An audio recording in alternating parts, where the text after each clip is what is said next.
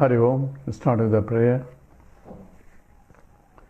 Om Samasta Jana Kalyani Niratam Karunamayam Namami Chinmayam Devam Sadgurum Brahma Vidvaram Vasudeva Sutam Devam Kamsa Chanura Mardanam Devaki Paramanandam Krishnam Vande Jagadgurum Tvameva Mata Cha Pita Tvameva Tvameva Bandhuscha Sakha Tvameva Tvameva Vidya Dravidam Tvameva Tvameva Sarvam Mama Deva Deva Tvameva Sarvam Gurudeva Deva. Hari Om. We are doing a series on why Advaita. So why should I study Advaita, and what's the purpose of Advaita? All those things are being asked or answered from a perspective of a scientist, and therefore it's a much more rationalistic approach. So the Shastra says so, therefore you should believe it. Just now we are talking about Shastra. Shastra is a science, and just for we discussed it before, the Vedanta is a real Shastram compared to others. It's not a phonetical statement, but it's a statement of fact, because it tells you about the absolute fact. And the science, actually it's a real science, only because the science really means, we said, is derived from word seer, which means to know. Science means knowledge, and in Sanskrit, Vid means to know, and Veda means knowledge. And it's knowledge of what? Knowledge is not knowledge of the objective world, but knowledge of the total that includes the subject, object, and the interrelation between the two, and that which is beyond subject or object. And on what basis it's going to tell? Shastra takes in fact, human experiences into consideration and points out to that which is beyond the human experiences. So experiences are limited, but the knowledge is unlimited here, about pointing something about unlimited. And any experience is limited in the sense that experiencer is different from experienced, and the relation experiencing, all called triad, the triputi, is there, one limits the other. So experiencer is different from experienced, and both are different from experiencing. So this always one limits the other. It's always, experiences are always finite, and either it's a finite, time-wise finite, space-wise finite, and all-wise finite. And therefore, any say, I have experienced Lord Krishna, and therefore believe me. So if you experience Krishna, then Krishna that he experiences is finite, because only you experience finite. So self-realization is not experience. This we have to understand, because people say he has experienced the God, he experienced the truth and all that. It's not an experience as in experiencer, experiencing, that is limited, time-bound experience. It is a knowledge. So experience is different from a knowledge. So experiences keep changing, and one experience can contradict the other experience, and knowledge is the one that explains the experience, and therefore it has to account all the experiences, and it can contradict experience and also confirm the experience, and which also provides a fundamental basis. And therefore the experiences can be contradictory, or even there will be contradictory experiences, but the knowledge is not a contradictory, and the real knowledge can never be contradicted. So the real knowledge is prama. So we say, what is prama? How we define it? Pramana, gained by pramana. You need knowledge gained by the means of knowledge, and that knowledge cannot be contradicted. And if it is contradicted, it becomes a Brahma. So we talk about the snake rope example to show that the perception of the snake was real for a guy who was seeing it, until that he recognized later that what he saw was really a rope, but he concluded it is a snake. So that snake knowledge is negated by higher knowledge through a better pramana. So if all knowledge can be negated, then that's not really real.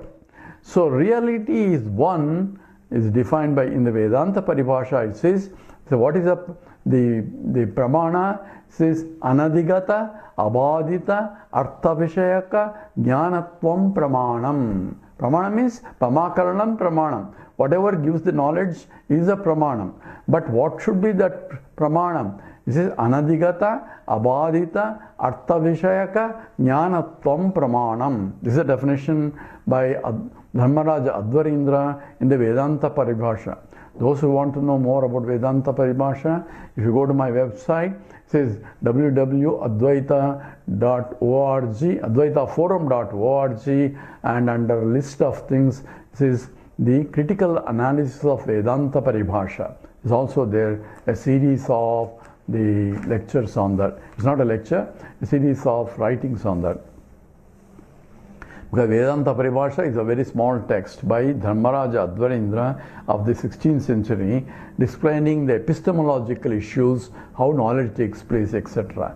And if you read the book, and Swami Madhvananda of Ramakrishna Mission has translated that into English, and when you read the English, and it's much more difficult to understand even the Sanskrit compared to Sanskrit one.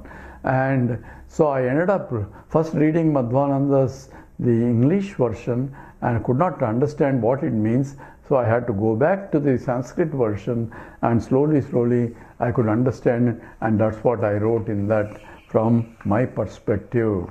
So this is all a part of the understanding of how knowledge takes place. So here the validity of the knowledge is that it cannot be obtained by any other way, anadigata, and it cannot be contradicted by any other. If it's contradicted, then it becomes a Brahma. Previous one is not a Brahma. So Brahma by definition is valid knowledge, and valid knowledge cannot be contradicted. And that's what the whole. But if you analyze completely, that every whole objective world is getting contradicted. So how is that? And that's what Jagat means. Jagat means the one keeps continuously changing. So there are changeless things that you are familiar with this, but even so-called changeless entities also changing. I wonder what happens. That's why you have to use Anubhavam. Experience also you have to use as a support. Why? Because I see this world every day transacting in the world, and I am knowledgeable of this and all that. And when I go to dream state, this knowledge of the waking world is negated, and I am projecting something there. So there is contradictory even to the waking world. But using the knowledge that I gain in the waking world only is projected. So for example, I am sleeping in a air-conditioned room and completely dark, because I cannot sleep in the light when there is a light. So I turn all the lights off and all that. I'm sleeping. Then I'm dreaming now, and I'm dreaming as though I'm in the big forest and it's very hot there, and there's sunlight coming through the trees and all that. So I see sun there once in a way, and I see the forest, rivers, valleys, hill, mountains and all that, and I am walking in that, trying to find my way out, and going round and round and round and round. So this process of that, the things which are contradictory to the what is in the waking world. So time-space relationship in the waking world is different from space-time relationship in the dream world. Oh, that's not real. It's said by a waker who says the dream is not real. Dreamer doesn't say it's not real. Dreamer thinks that it's real. So therefore, if he's hungry, he has to eat there in the dream world. If he's sick, he has to go to dream hospital to see dream doctor and take dream medicines for his cure. So as long as you are a dream, the dream is not a dream for a dreamer who is in the dream. Only a waker who gets up from the dream declares the dream was not real. And waking state is real. For him, the waking state is real, dream world is not. For a realized person, scripture says even this state is also not real. Same problem occurs, provided in order for you, you have to wake up. So you have to wake up from the waking state. How do you wake up? By jnana chakshu, by the wisdom eye. You have to see through the wisdom eye. That's called third eye of Lord Shiva. So we used to learn, he has a third eye in the middle brow and picture and all that you see. And when he opens the eye, things get burned. So he always closes the burn. And there's a story of the Kama, who got burned when he was disturbing Lord Shiva, his meditation. So Shiva got angry and he opened his third eye, and the Manmatha got burned by the opening of that. So this is the story, mythological story, and kids will read and all that. So what is burned is Kama. Kama means desire. By how? By knowledge. By knowledge, I can burn my desires for what? Desire for useless things. Because I want to be happy, so I'm going after this desire, fulfilling that. But when I understand knowledge-wise, there is no happiness there, then I don't want to go. So burning means recognition that there is no happiness in those. By knowledge can be burned the longing for objects also. That's what actual story of the Kama Dhanam. And Lord Shiva's eye is called Jnana Chakshu, wisdom eye, for recognizing that the waking world is not really real and there is something absolutely real which cannot be negated. That alone is really true, and that has to be gained through Shastra Pramana. How does Shastra can tell you about that? Because Shastra is also I have to read and learn, and scripture says you go to a teacher and learn. And how does the teacher teach you? Through the words and through thought process only. So how does the thought which are within the Vyavahara pointing out something that is beyond the thoughts? So one has to be very careful. Vedanta doesn't show you this is the truth. It only tells you the nature of the truth and asks you to contemplate, you turn your mind in the direction and the truth gets revealed by itself. And that's why it is called the aparoksha anubhuti, direct, perceptual, immediate knowledge of what the truth is. So how am I going to know? So how am I going to know what is the means of knowledge to gain that? There is no means to knowledge. But you have to properly think in that direction, then it gets revealed. It's a self-revealing. So self-knowledge is self-revealing. It's not an experience because it's there all the time. It's experienced all the time, but you're not recognizing it because you're paying attention to somewhere else. And therefore, it is immediately available provided you turn your attention in the direction to see what is there all the time. And in that process, the scripture pointing out, try to inquire through using Vedanta, two things. One is, who am I and what is this world?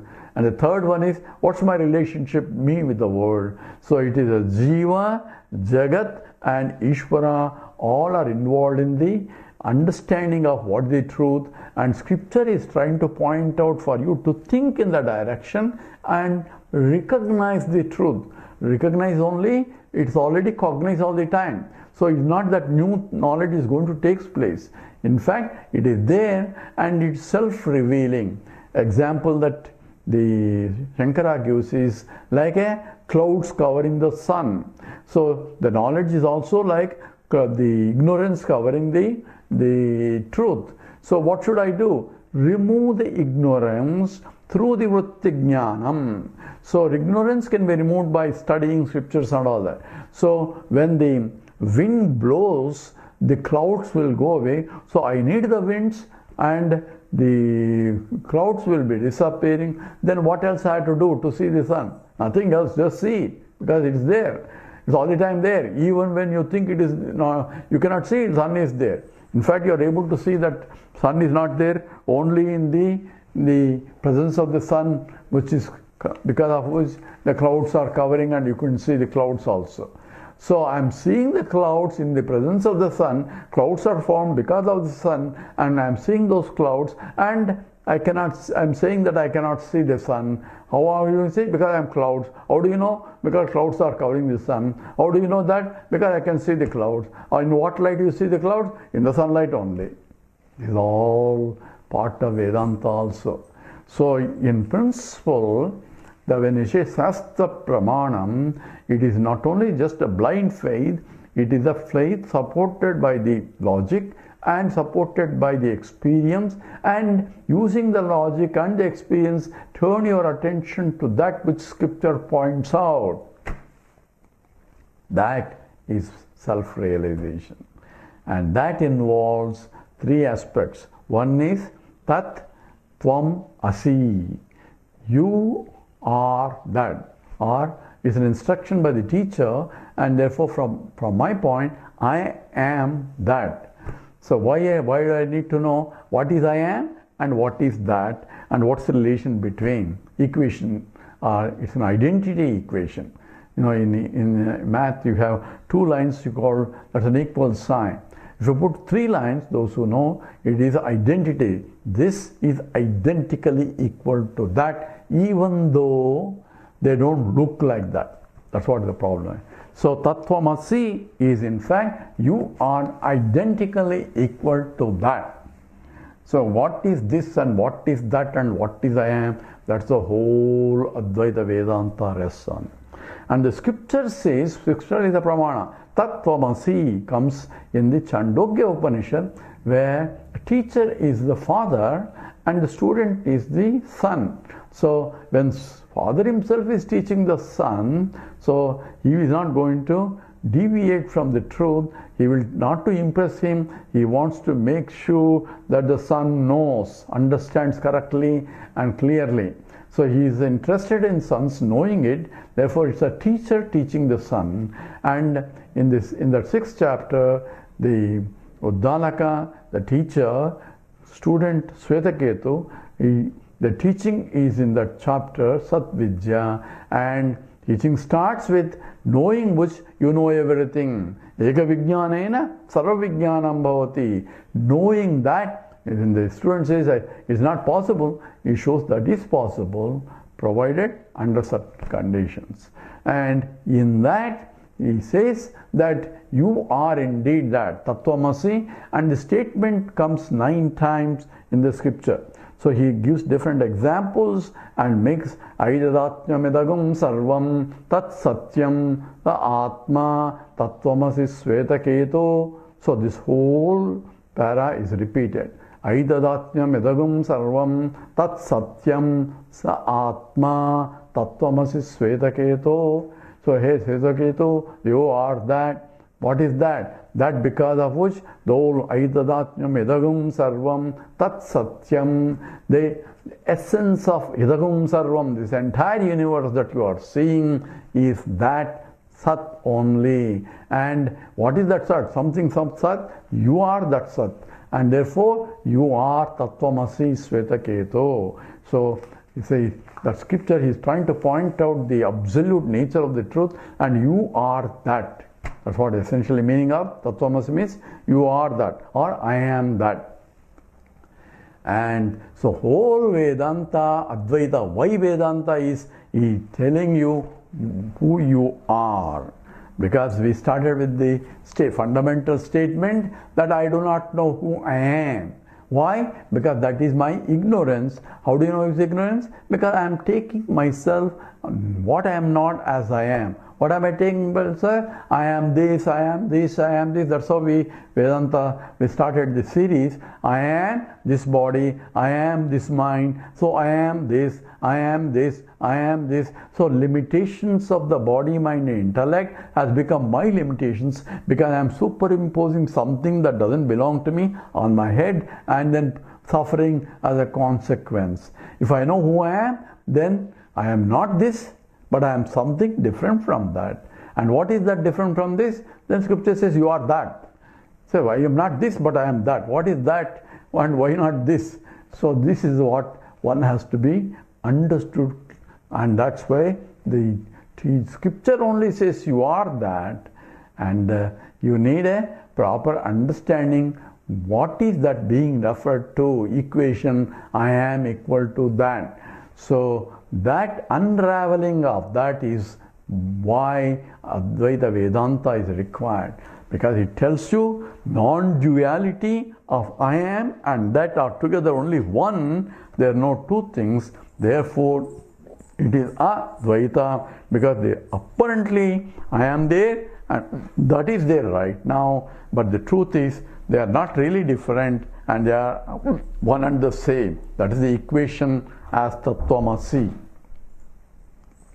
So with that, all this background, now we are coming to zeroing in on terms of why Advaita. Advaita is to know who you are fundamentally. Why should I know? Because if you don't know yourself and you are having a wrong understanding of yourself, therefore you take what you are not as yourself and suffering the whole life, not only this life, life after life after life, millions of life, all the way starting from amoeba to a single cell, you have come up to this and human being. Until then you don't have intellect properly to evaluate, to inquire. Now God has given you that intelligence to use it properly. So if you don't use it and let it go, then continue on some more life, some more life, some more life, until you are fed up with it, and that's why you will come back again to Vedanta. So Vedanta is not in a hurry.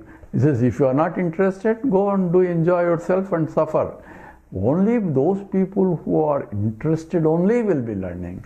So Krishna himself declares, Manushyanam Sahasreshu. Thousands of people are there. And Manushyanam Sahasreshu Kaschid Yatati Siddhaye. And those even listen to the scriptures and say, yes, this is really true, this is logical and all that, but they don't again do any serious study and pursue in this truth. And Krishna laments on that, says Manushyanam, thousands of people are there,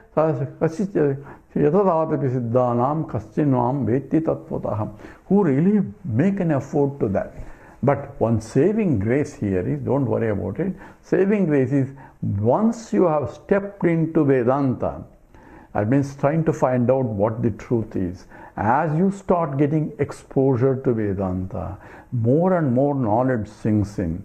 And even when you kick the bucket and not realize in this life, you will be born in the next life with all this background knowledge in some form, so that in the next life you don't have to redo all this.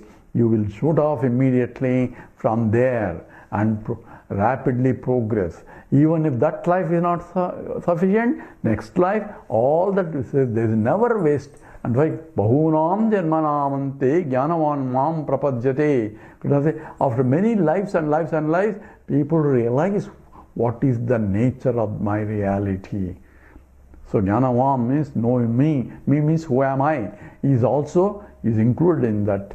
So not only me means the one who is Krishna talking about, not only an individual Krishna talking about, it is the totality that is what he is referring to in terms of mom wise. So the many lives, nothing will be wasted. So as soon as you recognize it, thank God, says you got exposure to it, and through a teacher, and you are lucky indeed. That's what in the Viveka Chudamani it says, in fact, Manushyatvam, Mumukshutvam, Mahapurusha Samsrayam, Durlabam Trayame Vaitatu, Daivanugraha Hetukam.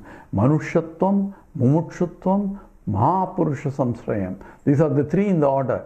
Being born as a human being with a head on the top and able to think, and so you have just come back from the animal life to enter into human being. You may go back and forth, back and behave like an animal and go back into being animal and again born again. So after that, once you start establishing and start looking, this is Manushyana, the Manushyattvam, Mumukshutvam, the desire to learn or liberated from this thraldom of samsara that comes because of the maturity in thinking, says this is not what I want, this is something else you want. So that mumukshutvam comes, and then comes Mahapurusha Samsrayam, association with the teacher who has studied and they provide you knowledge. So it says the teacher, if the student is ready, the teacher shall come to you. In fact, that is a law. So it says you don't have to, Gurudev used to say, you don't have to go and hunt for a teacher. I am looking for the teacher. So one fellow is in the Zen story. One fellow has made a list of what all things he wants for a teacher. He should be this, he should be that, he should be knowledgeable of that. So he has different requirements he has, depending upon what he thought a teacher that he wants to learn. So a big list of what all the qualifications of a teacher a student has written. Then that list is going and checking everybody, who are all the teachers that are available, and no, this teacher doesn't fulfill this requirement, that teacher doesn't require this fulfillment. So he went on and looking for a proper teacher that meets all his qualifications. He's a student looking for. At last, after that, he found out a teacher who fulfills all his requirements.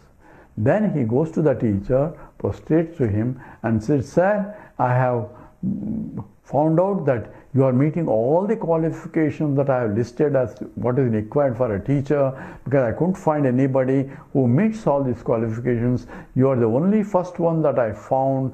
Please teach me." He surrendered. So teacher, "Oh, I see, you have a big list, and I passed your examination. Thank you for passing me, but before I can accept you, you have to pass my examination." So he says, "Okay." So he says he goes to he takes him to a well, and then shows him well, and there's a bucket there, and there's a tub there. Says, "We need a lot of water. You use this rope and take the water using the bucket, take the water and fill the bucket, fill the tub, and afterwards we will start the lesson." "Oh, that's all the test?" Says, "Yeah." So he looked, and when he went to look at the bucket, only problem was bucket doesn't have a bottom. Says, how am I going to take the water from the well with the bucket? There's no this one there. So he says, "Sir, how can he was offering, how can what? How can this bucket doesn't have a bottom? How am I going to take the water and fill it up?" So the teacher looked at him and asked, "Don't I know that? But I am testing your faith in the teacher, whether you are going to follow my instructions or not, or keep asking questions, logical questions, and trying to find out whether that's true or not, or possible or not.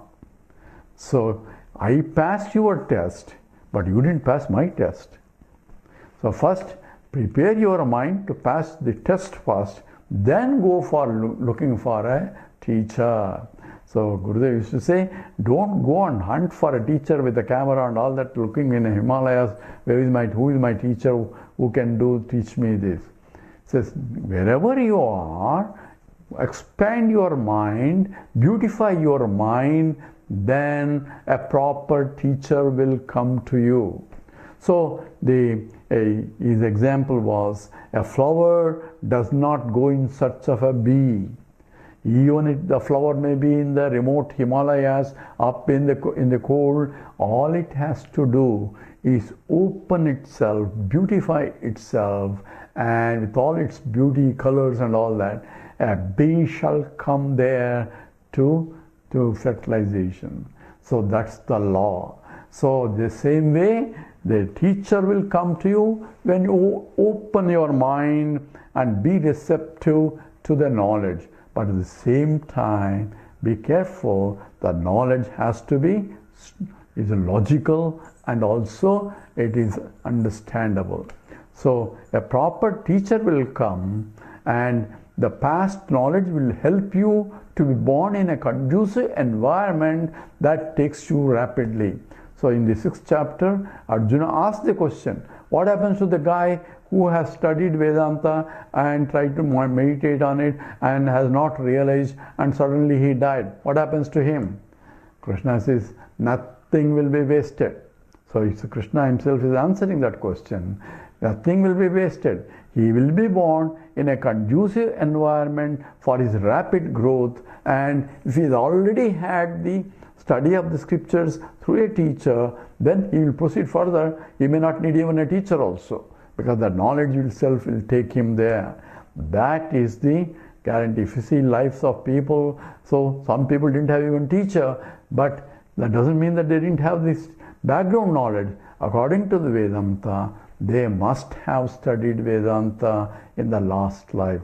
Because people quote, the Ramana Maharshi didn't have a teacher, so I don't need a teacher. Ramana Maharshi didn't have a guru, so I don't have to study scriptures and all that. So that Ramana Maharshi is different from you. And he knew what exactly Vedanta says. In fact, he summarized, that he selected these 100 slokas from Bhagavad Gita that are important for one to think of, and he has selected some slokas from Viveka Chudamani, and the people, students say, I don't need anything, all I have to do is sit down and inquire, who am I? So that them, because they will be, Ramana Maharshi himself as a teacher will guide them to in the next life or in this life itself to a proper knowledge. With that, we'll stop now. Om Purnamada Purnamidam Purnat Purnamudachyate Purnasya Purnamadaya Purnameva Vasishyate.